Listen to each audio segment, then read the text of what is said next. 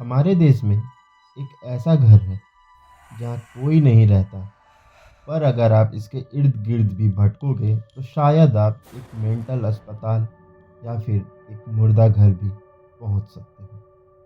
मैं बात कर रहा हूँ कुंदन बाग की, जो हैदराबाद में लोकेटेड है और कहा जाता है कि हमारे देश का सबसे हॉन्टेड हाउस है। कई लोगों ने अपना मानसिक संतुलन खोया है, कई लोगों ने ऑलमोस्ट अपनी जान तक गंवाई है इस घर के वजह से। इन सब के बारे में आज हम आपको बताने जा रहे हैं इस वीडियो में। लेकिन पहले जान लेते हैं क्या है कुंदन बाग का इतिहास। क्यों ऐसा लोग कहते हैं कि शाम 6 बजे के बाद इस घर के इर्द गिर्द भी नहीं घूमना चाहिए। कुंदन बाग हैदराबाद की एक पॉश लोकेलिटी में लोकेटेड था। ऐसा कहा जाता है कि कुंदन बाग में सिर्फ अमीरों के घर हुआ करते थे। ये हॉन्टेड घर, जिसको आज द हाउस ऑफ कुंदन बाग बुलाया जाता है, वह भी यहीं पर था। इसी जगह पर एक चोर रहा करता था जिसका नाम साजिद था। साजिद, जिसने एक हफ्ते से कुंदन बाग के इस घर पर नज़रें गड़ाए रखी थी। वह एक हर चीज़ को नोटिस कर रहा था। लगभग एक हफ्ते से वो लोग कब लाइट ऑन करते हैं, कब लाइट ऑफ करते हैं, कब खाना खाते हैं या कब गार्डन में टहलने निकलते हैं, सब चीज़ों पर साजिद की कड़ी नज़र थी। करीब एक हफ्ते के बाद जब साजिद ने सोचा कि आज घर में चोरी करने जाऊंगा और यहाँ से बहुत सारा रुपया पैसा लेके आऊँगा, क्योंकि यह घर कुंदन बाग में है, मुझे बहुत ज़्यादा पैसे मिलेंगे। कैसे कैसे करके वह घर के बैक डोर से अंदर चला गया और उस रात के अंधेरे में उसने ग्राउंड फ्लोर में खोजबीन चालू की। उसे उस ग्राउंड फ्लोर पर कुछ भी हाथ न लगा, ना पैसे, ना जेवर, ना गहने, कुछ भी नहीं। इससे परेशान होकर वह सेकंड फ्लोर पर जाने लगा। लेकिन सेकंड फ्लोर पे वो जैसे ही बढ़ा, उसे एक अजीब सी महक सूंघने को मिली, जैसे कि कोई मटन सड़ रहा हो या फिर कोई जानवर कई दिनों से कमरे में मरा पड़ा हो। फिर उसने बड़ी हिम्मत करके बेडरूम का वो दरवाज़ा खोला और जैसे उसने सामने देखा, उसके सामने 3 लोग बिस्तर पर मरे पड़े हुए थे, जिनका पूरा बदन सड़ा हुआ था।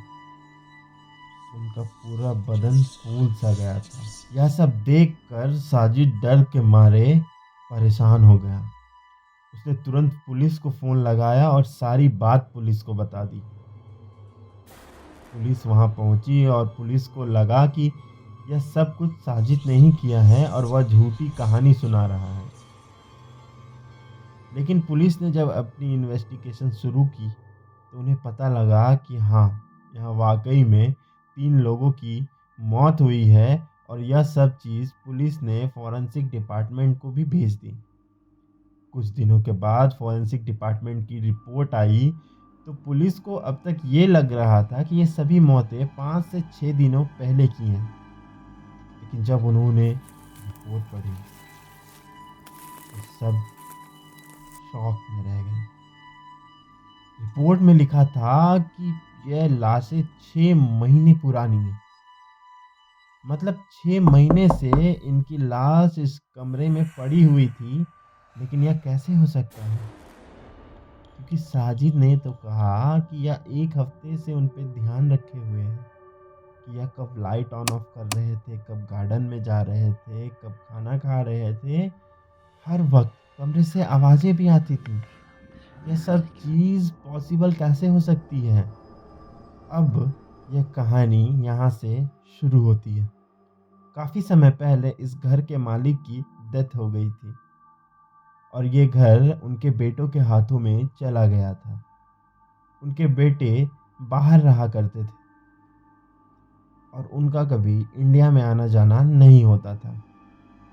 तो उन्होंने इस घर को रेंट पे देना चालू कर दिया, क्योंकि पता नहीं खाली घर में कब कौन कब्जा कर ले। इसी डर से उन्होंने ये घर रेंट पे देना शुरू कर दिया। लेकिन जो भी इस घर में आता था, वो ज़्यादा से ज़्यादा 10 से 15 दिन ही रह पाता था, और इसके बाद वह यहाँ से कहीं और शिफ्ट कर जाता। ऐसा क्या था इस घर में जो लोगों को यहाँ पर रहने तक नहीं देना चाहता था? फिर काफ़ी समय बाद यहाँ पे एक बूढ़ी औरत और उसके 2 बच्चे रहने आए। ये वही लोग थे जिनकी लाश कमरे में अभी साजिद और पुलिस ने देखी थी। लोकल्स ने देखा है कि कभी-कभार इनके बच्चों के हाथों में खून लगा होता था, और कभी-कभी इनके घर में रात को कैंडल्स लेकर कोई घूमता रहता था।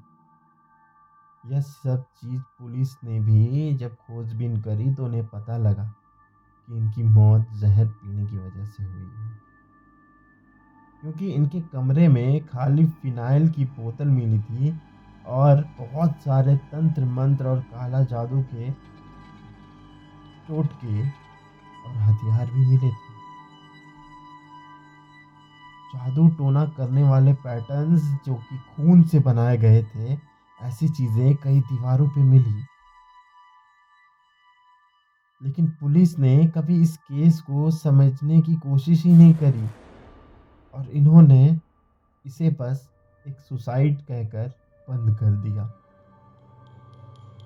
अगर लोकल्स की बात माने तो पुलिस ने इन्वेस्टिगेशन करी थी लोकल्स के साथ, लेकिन फैमिली मेम्बर्स का 6 महीने पहले मरना सबके लिए आश्चर्यजनक था, क्योंकि सभी ये कह रहे थे कि हमने इन्हें कल रात को ही तो देखा था। ये उनके गार्डन में कल रात को ही तो टहल रहे थे। लोकल्स ने कहा, ये बात हम मान ही नहीं सकते, क्योंकि हमने कल रात को ही इन्हें देखा था। उनके गार्डन में कल रात को ही हम उनके गुनगुनाने की आवाज़ सुन रहे थे। ये कैसे हो सकता है? हर हफ्ते, हर दिन हमने इन्हें देखा है। गाड़ी के पास, इनके खुद के गार्डन में। यह चीज़ हम मान ही नहीं सकते। पुलिस को भी ये सारी बातें काफ़ी आश्चर्यजनक लग रही थी, क्योंकि साजिद जिसने चोरी की थी, वह भी पुलिस से यही कह रहा था कि मैंने हफ्ते भर से इन लोगों पर नज़र रखी हुई है। लेकिन समय बीता, और इस घर में एक और इंसिडेंट हुआ। ये इंसिडेंट 2016 के करीब हुआ था। एक माली था, अशोक नाम का, जो कि इसी इलाके में रहा करता था। वह माली हर रोज़ इधर से ही गुजरता। एक रात जब वो अपने काम से वापस घर लौट रहा था, तो उस घर में उसने रोशनी जलते हुए देखा। उसे लगा कि शायद नए किराएदार यहाँ आए हैं रहने, तो उनसे वह बात करने चला गया। लेकिन जैसे ही वो अंदर गया, वहाँ कोई नहीं था।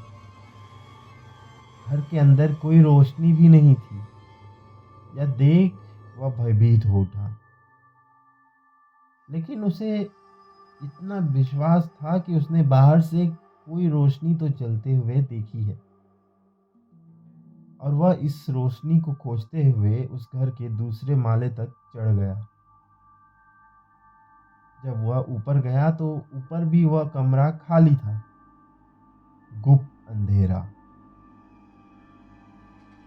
वह जल्दी जल्दी नीचे उतरा, और नीचे उतरते ही उसने मेन गेट बंद देखा। वह डर से सहम सा गया। फिर उसने जैसे ही अपना कदम घर के बाहर वाले दरवाजे तक बढ़ाई, तो उसे उस दरवाजे के पीछे वह बूढ़ी औरत और 2 बच्चे दिखाई दिए।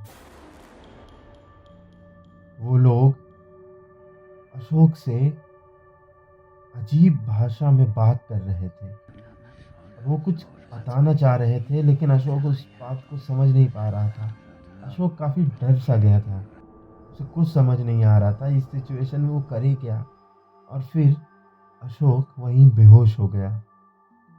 दूसरी सुबह अशोक के परिवार वाले उसे खोजने के लिए हर जगह भटक रहे थे, लेकिन अशोक उन्हें उस घर में बेहोश पड़ा मिला, ठीक दरवाजे के पास। उसे होश में लाया गया, लेकिन अशोक पता नहीं अजीब बातें करने लगा था। वो क्या कह रहा था किसी को समझ नहीं आ रहा था। वो बस बड़बड़ाए जा रहा था कुछ कुछ। और जब उसकी मेडिकल जांच की गई तो डॉक्टर्स ने उसे पागल करार दे दिया। अशोक आज भी मेंटल हॉस्पिटल में एडमिट है। आपको ये कहानी कैसी लगी हमें कमेंट करके ज़रूर बताइएगा।